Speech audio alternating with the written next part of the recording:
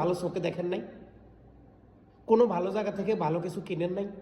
এই যে রাস্তার মধ্যে এই মহিলাটা, কয়েকটা সাংবাদিক আছে, তাদের কোনো কাজ নাই, এরা সাংবাদিক না। কাহিনীটা কি আমি আপনাদেরকে বলি। এরা মূলত কোনো সাংবাদিক না, এরা হচ্ছে কি, এরা হচ্ছে একটা ইউটিউব চ্যানেলের মালিক, অথবা কি আপনাদেরকে কি বলতাম, এরা আমার সিমিজ কিচেনের এই যে গরুর মাংস একদম অথেন্টিক, সকালবেলা আমি নিজে বাজার করছি এবং আমি রান্না করছি নিজ হাতে ঘরোয়া মশলা দিয়ে।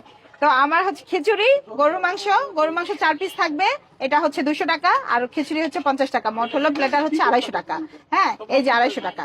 নিচে গেলে মানুষ এগুলো করতে পারে।